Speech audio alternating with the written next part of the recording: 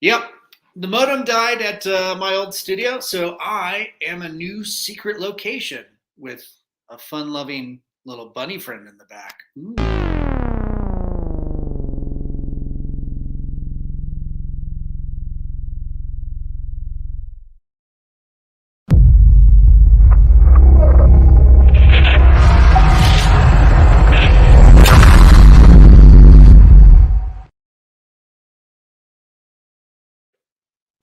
This is COFOH Live Undead. I am your host, and I am joined by the amazing Jake Byrd and Rich Varville, who will be coming on a little bit later. Whoa.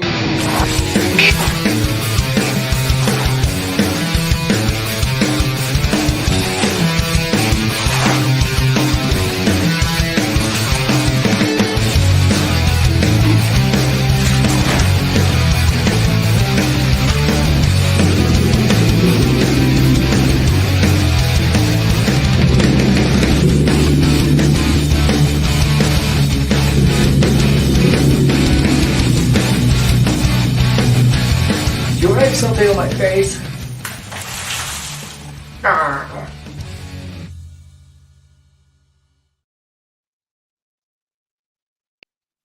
Jake, how are you, sir? I'm doing well, sir. How are you? Good. Hopefully we'll have Rich, coming on pretty soon. I saw some messaging that he was looking for the link, but Sent that to him. yeah, thank you. Jake, you're a filmmaker. You just put out Adalynn, and it's available on Amazon Prime right now and a number of other platforms. People can go watch it. The link is scrolling down below, and it's also in the comments section. Please, everybody who's tuning in, definitely do so after the show, okay? But Jake, for everybody who doesn't know you and your work, tell us a little bit about yourself, where you come from, and how you got into filmmaking. Well, I'm Jake. I'm from San Diego, California. I got into this. I was originally going to go to medical school, and as I was going along with my studies, I wasn't really liking it, and so I wanted to do something different, but I didn't know what. And then I met some friends, and they were doing the 48-hour film festival here in San Diego, and I've always liked film, so I kind of helped them out for 2 years, and then I noticed like I had a lot of creative ideas. So I said, okay, how am I going to do this? And so I started my own team. Nice. And we did really well. We won Audience Choice the first time out. And I said, okay. And then my wife at the time was like, you know what, you should do a feature. I was like, no, I'm not ready. She goes, no, who cares? You mess up, we'll just do another one. I was okay. So I got into it and we did it. And as I was going through it, I'm like, I don't know if I really enjoy this like I thought I would. And then so I kind of thought about it a little bit, and then we got done and we put it all together. And although no one will ever see my first feature, when we were done, I'm just like, yeah, this is what I need to do. Cool. And from there, I just followed it and just kept going. Cool. Yeah. Your first feature, it's not Adalynn, but it's something that you had to shelve, or just never were able to finish. Yeah, we finished it, but it was basically my film school, so my learning curve was steep and fast. But when we got done, it's just something like I was like, yeah, I don't want to show people this because it just was not good.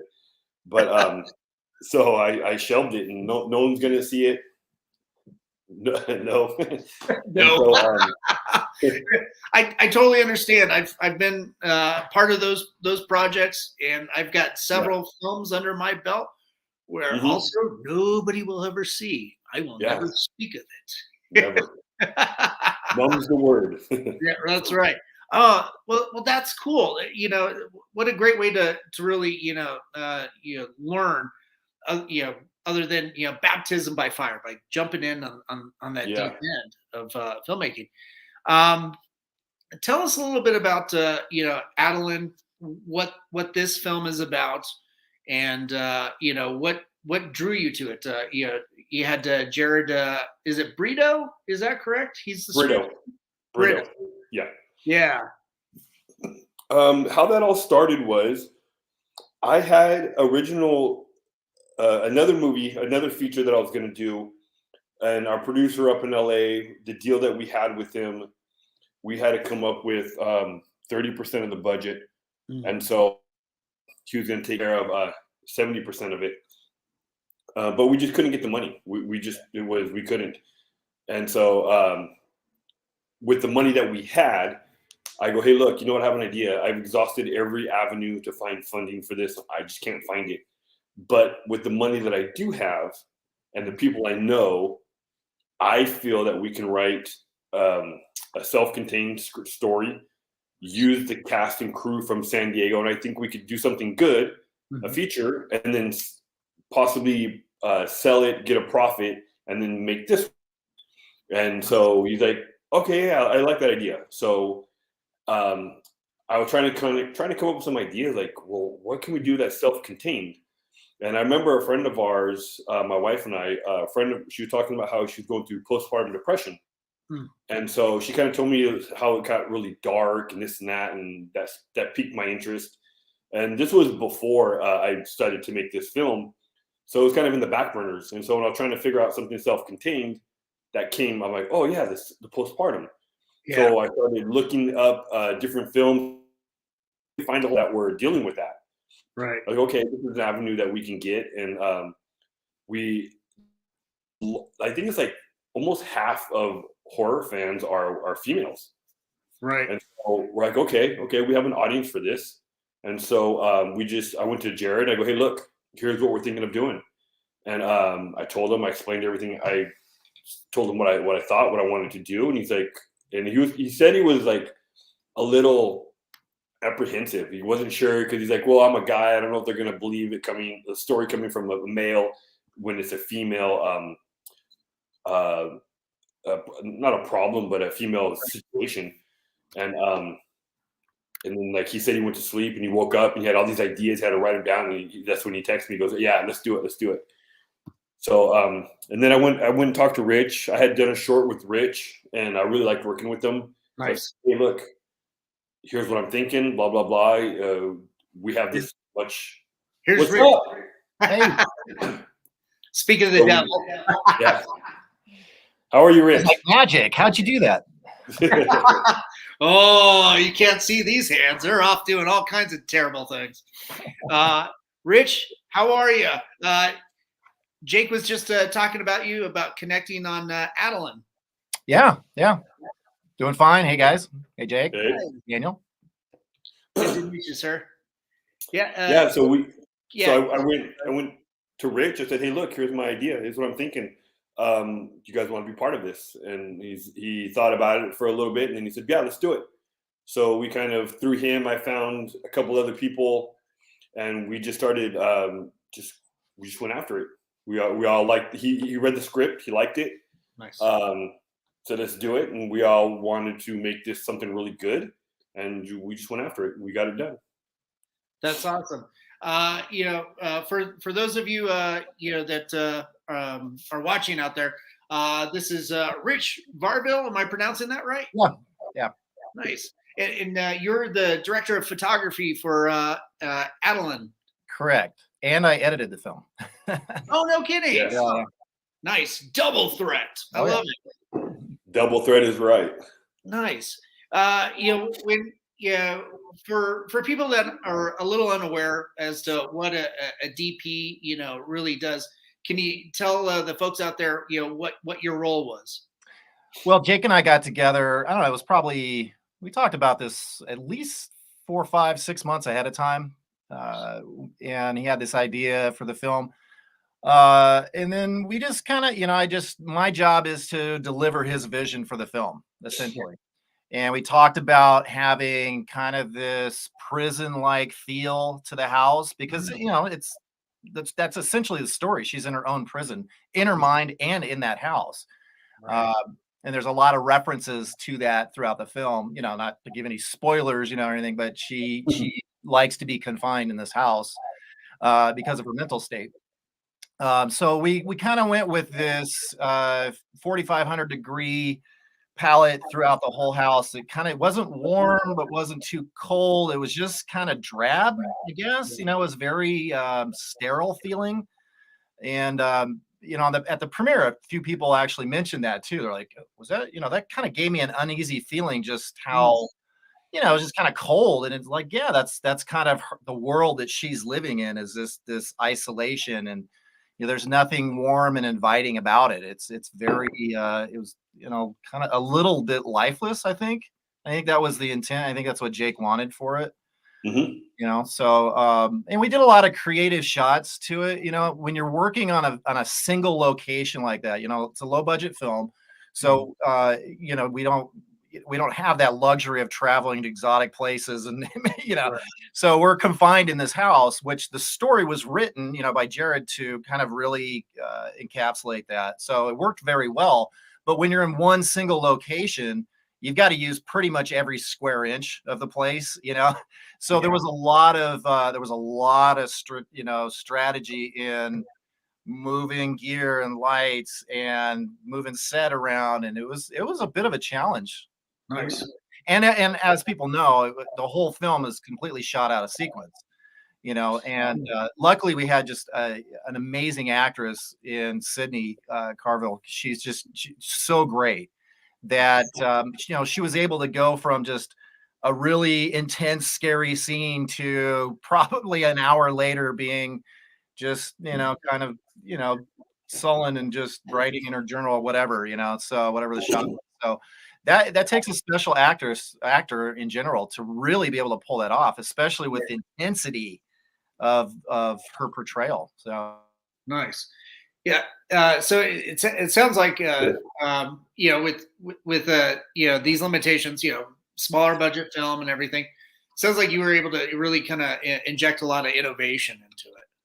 Yeah, we didn't have, yeah, we did a lot of that. And one thing I told Rich, I was like, hey, when we're doing this, I want the audience to be just as confused as she is. I don't want the audience to know what's real. And if she doesn't know, they don't know. They have to be on the same ride as her, and they have to feel what she's feeling. And I think Rich helped me execute that perfectly. Because when you watch it, you're just like, wow, this is done very well. And nobody knows what's going on. Yeah. Wow, that's awesome. Rich, it looks like you're frozen on my end. I don't know if we're frozen on yours. Uh-oh. Yeah. Oh, okay. He canceled out for a second. He'll probably it died. Oh no. Oh, that's too bad. Is it his phone? No, his computer. His laptop. Yeah. That's the fun thing about some of these things. They'll use their iPhone to hop on and forget to charge it, and it dies. I think this poor Rich. Oh, here he comes. There he is. Hello, you're back from the dead. That was crazy. It just everything went white, didn't go black. It went white on me. So. Oh no. Yeah, that's too bad. Oh, Nick Niels Frazier posted, "Rest in peace, Rich." Thanks. Thanks. That's okay. You're back from the dead, resurrected, and ready for action. Yeah, it's such an interesting topic too. Dealing with postpartum depression and everything like that. With the actress, was she able to? Were you able to see things like from more of a female standpoint? Was she able to? You saying? You through her eyes, were you able to get a lot of insight into that? She's not a mom, so she wasn't able to give us insight on that perspective. Okay, but she brought a lot to the table. Her research was insane. I remember her sitting down doing something, and I looked over at her, and she had this little this notebook, and there was pages of notes and notes and notes. And wow, she is ready to go. Nice. And she just Yeah, she nailed it. She was she was awesome. Amazing actress to work with. Her prep was pretty impressive. I mean, she knew the script better than anyone. Yeah. I mean, she knew a line, like we could say, oh, it's scene 133, and she knew the line and without even looking at the script. It was impressive. Wow, that's awesome. Very talented. That's awesome. Yeah, and you all worked together on the 48-hour film festival, right? Is that where you guys met? Yeah, several times. Yeah. Nice. Yeah. No, I actually met Rich through a short that I was filming. He came out and helped out with lighting, and I just talking and this and that, and he came up to me a few times while we were waiting, and we just chit chatted, and I really liked the vibe he had, and I really liked the way he was knowledgeable about a lot of stuff. And so I was like, okay, so someone I might want to work with again. And he was the first person that popped in my head when we decided to do this. So nice. Yeah, well, I mean, to that, yeah, what you're saying there, Jake. I mean, that's to anyone out there that's aspiring to be, make movies and be in this industry. I mean, that's really what it's about. You're trying to find people that you work well with, that you like. You're all kind of, trying to achieve this, common vision. And it's essential because, I mean, you're working intimately and pretty intense, because this, we originally, the first part of the shoot was 15 days. So, I mean, to get 15 days and we're working 12-hour days, confined spaces, and you got to move. So you got to have, people that you like to be around. that's first and foremost. They need to know what they're doing, obviously, but ultimately the goal is, Jake's the director. We're trying to achieve his vision for this film, Nice. Elisa just chimed in. I just bought the movie on Amazon. Can't wait to see it. Awesome. Oh, thank you so much. Yeah. Cool. It's being in close quarters, kind of cramped conditions in there. Was it did you find that you really not only had to work fast, but was it always like a 15-day schedule, or did it start out as like a 20-day schedule and just get condensed, or how did you approach scheduling things out? You want to take this one, Rich? Well, originally it was slated for 15 days, which, on a film like this, you can easily shoot a film like this in 15 days when it's mapped out really well. It's a single location. We didn't have a giant ensemble of actors, so we could stay pretty focused on Sydney for, probably 85% of the film. But we encountered, which happens a lot in films, where we didn't really like, after the first cut of the film, we're like, there's some issues we've got to resolve here. And I told Jake early on in the process, I go, listen, you're going to absolutely hate the first cut of the film. If you don't want to like absolutely vomit and quit the business, then we're not doing it right. Because filmmaking is a process. No matter how great you think your process is and you've got it all down, it doesn't always work out that way. So you have to have plan B, or you've got to know how to troubleshoot. And so we kind of went back to the drawing board a little bit with Jared, did some more research, and there was something, I don't want to give away, things in the film, but it was pretty much like the last act of the film. We just weren't really happy with it. And so we did shoot an additional 4 or 5 days about 5 months later. And that was essential to really getting this film to where it needed to be, a complete story. Because there was some issues that people that have seen the film might say at the very end, go, oh, I thought that one thing was kind of odd throughout the film, and then it explains it at the end. I get it. So without the reshoots, that wasn't possible. So so unfortunately, sometimes that's what you have to do. You got to go back to the drawing board and really make it happen. So it ended up being like 20 days, I think, shooting. Nice. Nice. Yeah, something like that. 20 days. Yeah.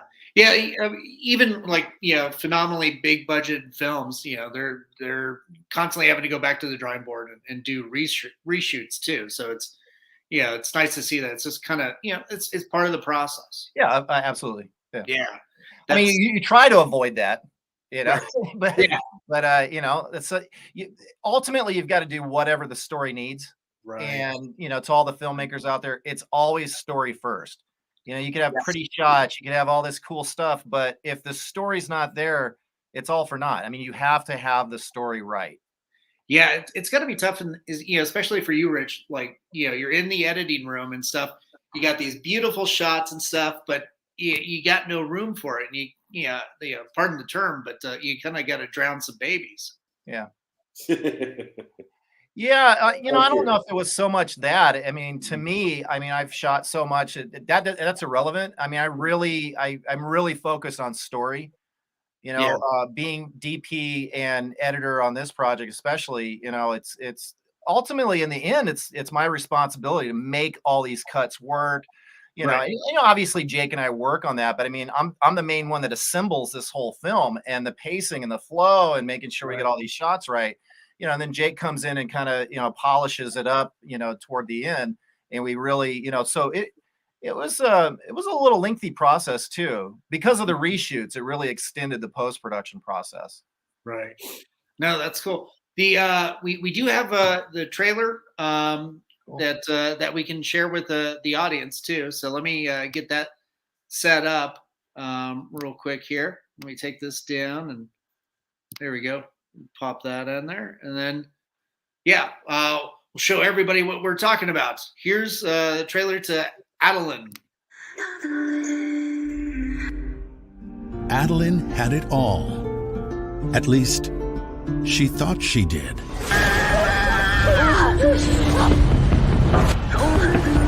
Adalynn. I'll take care of everything. I love you. I love you too.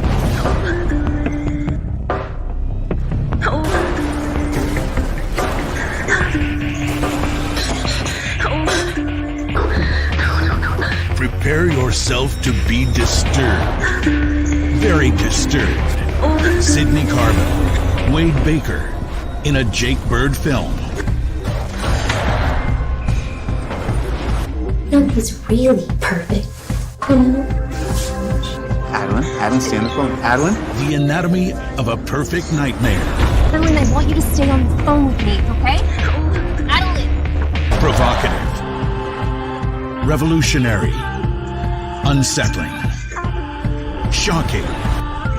Immersive. Disruptive. Adalynn.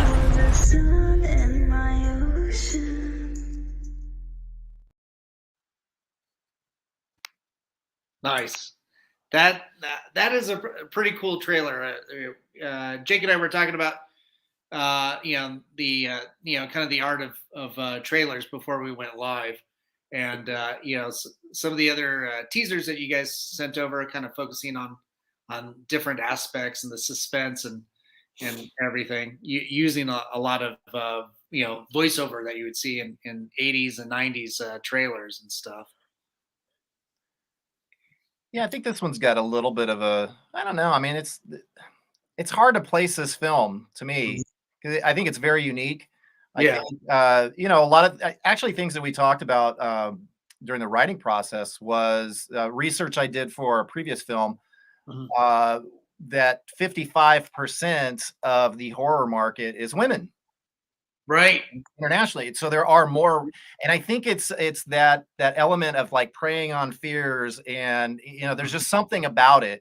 And Jake and I both talked, when he came up with this idea, that was like, oh, this probably will really resonate with women because it is such an isolated, feel, and it's her children, that's the main topic, and dealing with postpartum. I mean, there's a lot there beyond the horror of it for, I think, just for people to connect with, that, like, what would you do to protect your child? I think that's just kind of universal. So I think that was a great theme going into the film.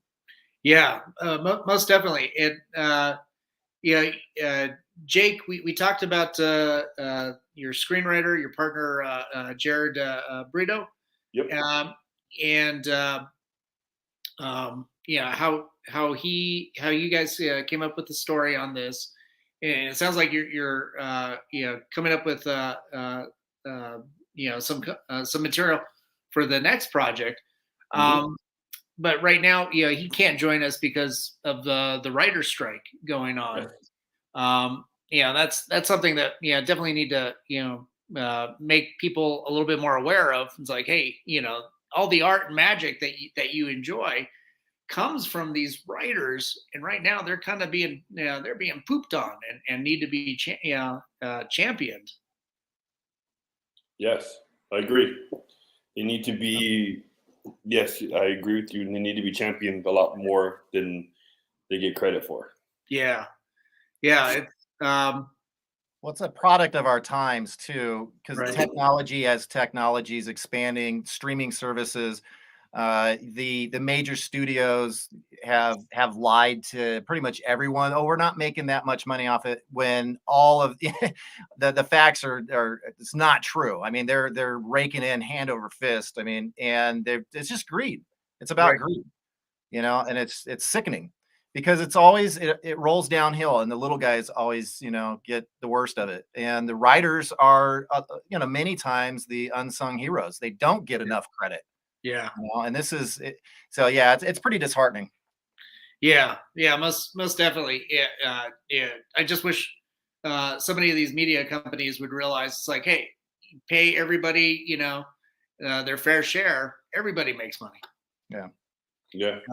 If money is the set goal, but at the same time too, it's always great to have you guys come on and be able to share with our audience all the cool things that you guys do and your art, and learn more about your process as well.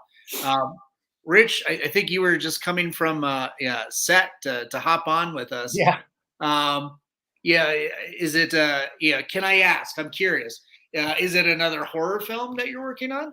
No, not today. Okay. We do have another one in the works though. That's cool. With Jake. No, not with Jake. Hopefully, Okay. hopefully in the future. Yeah. Jake, can you talk a little bit about the premise for the next project? The premise for the next project is it's called The Jeweler. It's set in 1999, following her mother's death. A young clairvoyant seeks out the only family she has left, which is a 75-year-old Holocaust survivor that she was never permitted to meet. But when she surprises her grandmother at her remote farmhouse, she learns dark secrets of her family tree and reawakens the wrath of the jeweler, a feared concentration camp Nazi who went missing after World War II. Oh, geez, that is a deep subject. Wow, that's intense. Yes. Trying to find something different, some different avenue, bring something new. There's a lot of remakes lately, and it's just like, I want to do something different. I want to stand out. Yeah. I want to bring something different to the table, and so we just throwing around ideas, and so we came up with, and we kind of switched, we kind of tweaked it a little bit, and that's what we came up with. Nice. Wow, that's that sounds pretty intense. That's definitely going to take you out of the realm of the microcosm, home as a cage, type kind of film. So this sounds like this is going to have something that's going to be a little bit more traveling involved. To me, I could be wrong. Yeah, there's gonna be it's very true. We're gonna have to find some way to find places that look real similar to what we want, and that's going to be a little tricky, but we can do it. Nice.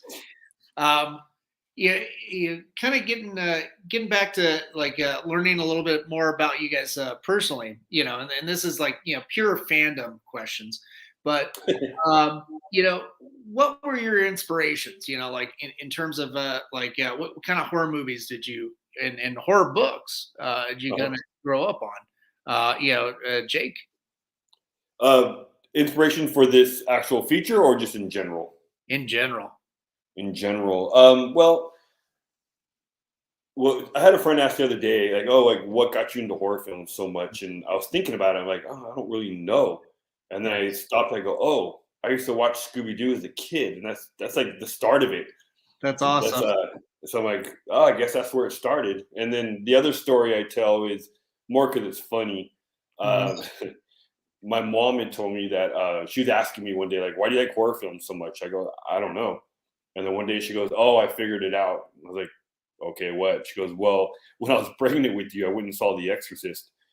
And so, and she goes, she was really showing, and they wouldn't let her in because she was like super pregnant. And so she went home and got a bigger coat and went back to watch it.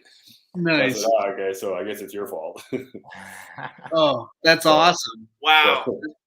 That's great. How about you, Rich? You know, it's kind of odd. I actually have a funny story as as Jake was talking about that.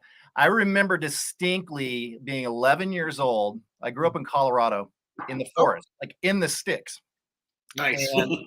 And this was it was 1980. I was 11 years old, and my parents had gone out for the evening or whatever. And at that, 1980, yeah, you could leave your 11-year-old at home. But we were 20 miles outside the city, and we had an unfinished basement. We were just building this house, and the house my parents still live in Colorado. And in this unfinished basement, I had this little black and white TV, and the only thing it would play was horror movies. And it was like Frankenstein or whatever was on, whatever was on, like Friday Night, Macabre, whatever, I think it was even maybe Elvira was big then. Oh wow! So, but I remember watching this, sitting there by myself, and I wasn't scared. Yeah, I went, I got it. Like I get the entertainment value of this, but here I am alone in the forest in a cold, dark basement, no lights on, watching horror movies by myself.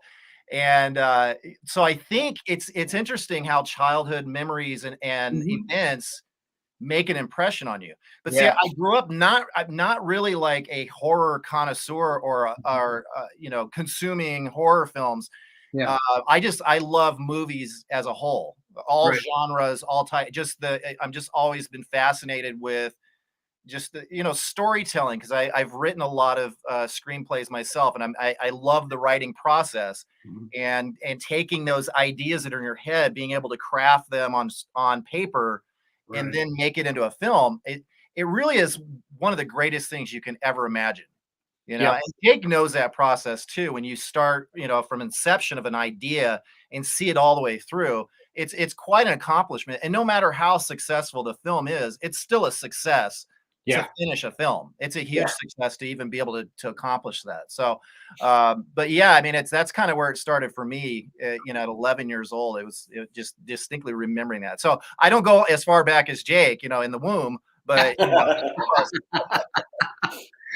that's fantastic. Well, Rich, it's nice to meet a fellow Coloradan.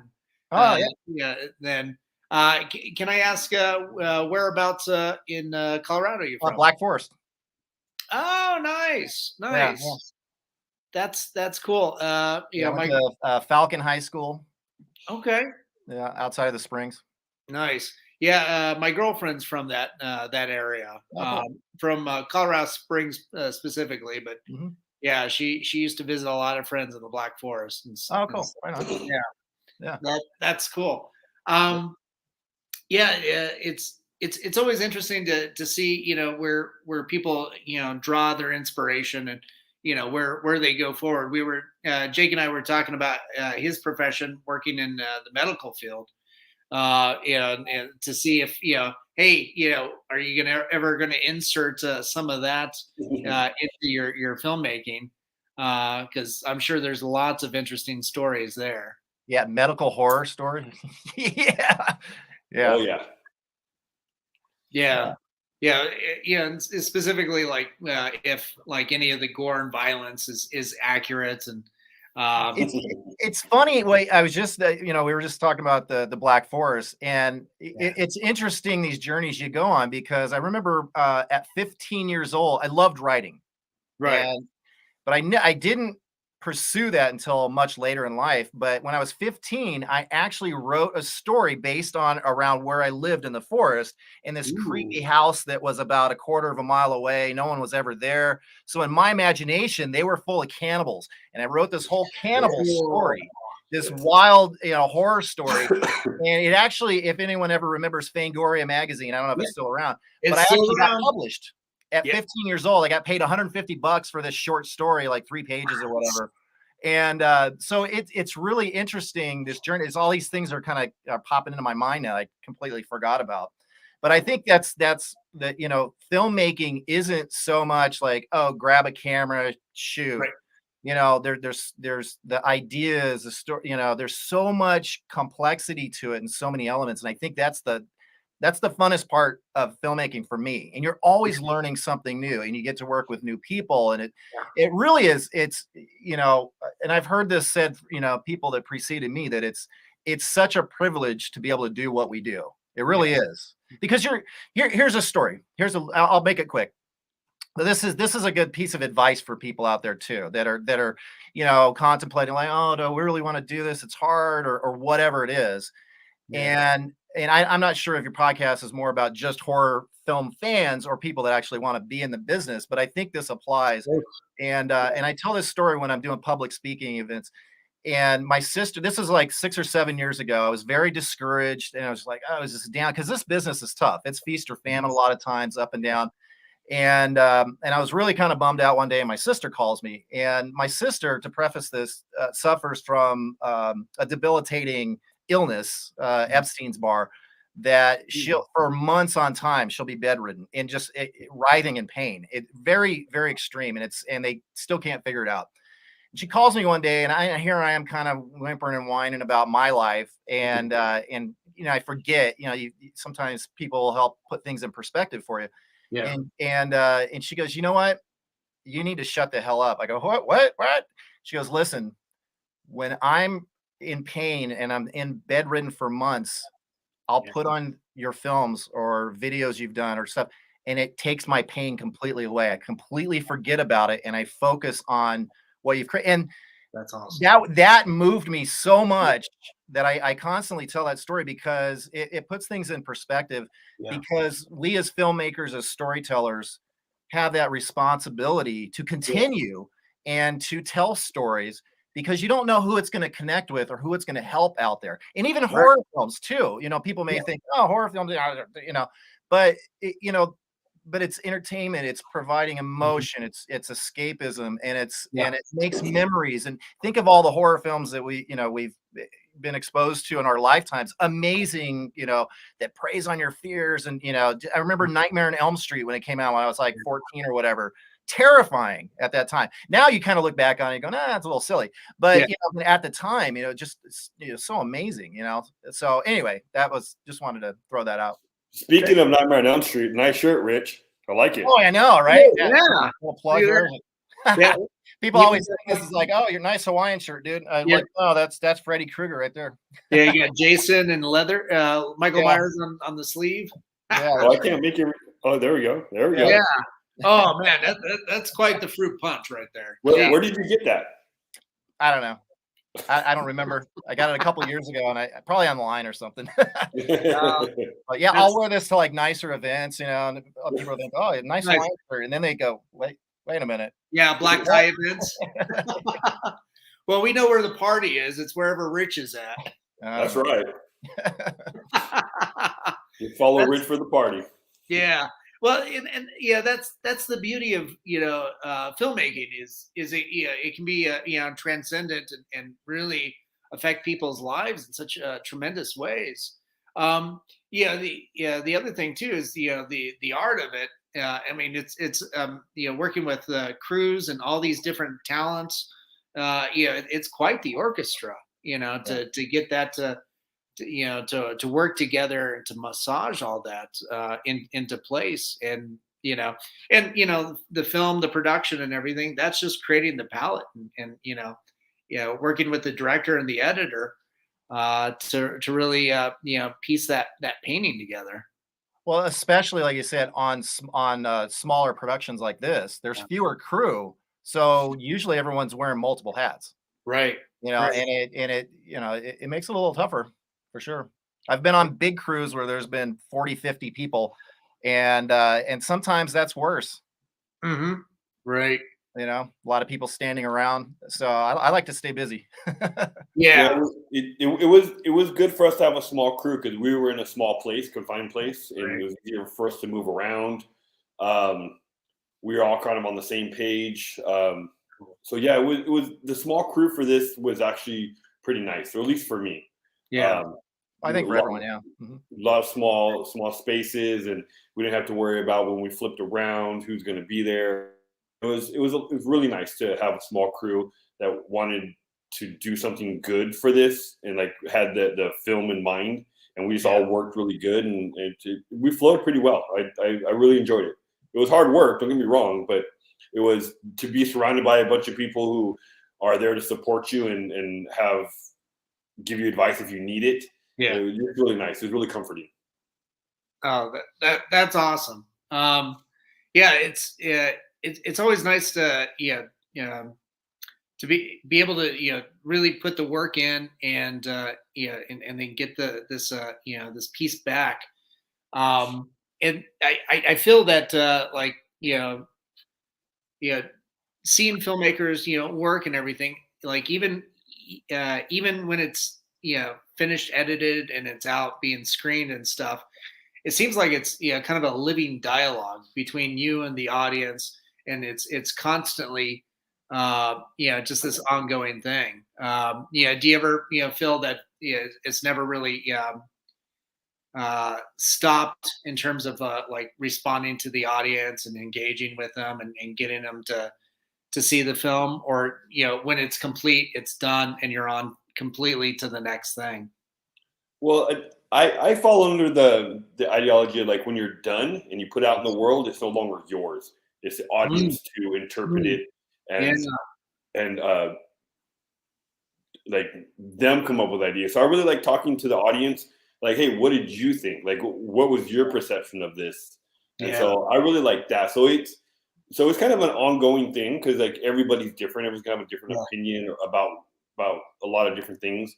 So I like that aspect of it, of just allowing the audience, okay, I'm done. It's your guys' now. What do you guys think? Yeah. Makes it a lot more organic. Yeah. Well, I mean, we don't just make movies just for ourselves. Right. We want people to see it. We want different opinions. Some people are going to hate it. Some people are going to love it. They find different things. You're not going to make everybody happy. And that's a great thing with entertainment. There's so much of it, for everyone. There's something for everyone out there. But, with like exactly what Jake said, once you make this, it's the world's now. Whatever you want to make of it and enjoy it however you want to enjoy it, Oh, that's cool.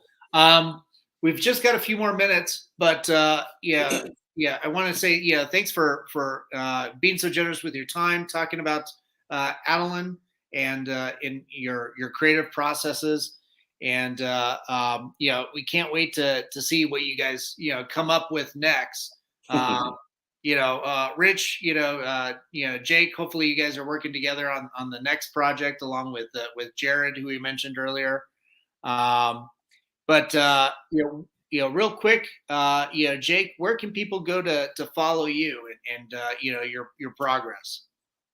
My Instagram is Jake Byrd Productions. I got to get more involved with that, but that's one way. And then YouTube, I have my Jake Byrd Production page, so they can find some shorts there as well. Cool. How about you, Rich? You can check out my website, rsvp-films.com. Nice. So we got a lot of the projects on there. I'm like Jake. I don't really, I'm on Facebook, but I don't really do a lot of social media occasionally. But I'm pretty bad about that. That's probably safest. You're probably more sane for it. Probably. I have to agree. Oh, that's cool. Guys, again, thanks for coming on the show and talking about Adalynn, and for everybody that tuned in, thanks for showing up and learning about these amazing filmmakers, about Jake and Rich, and all the cool shit they're doing out there.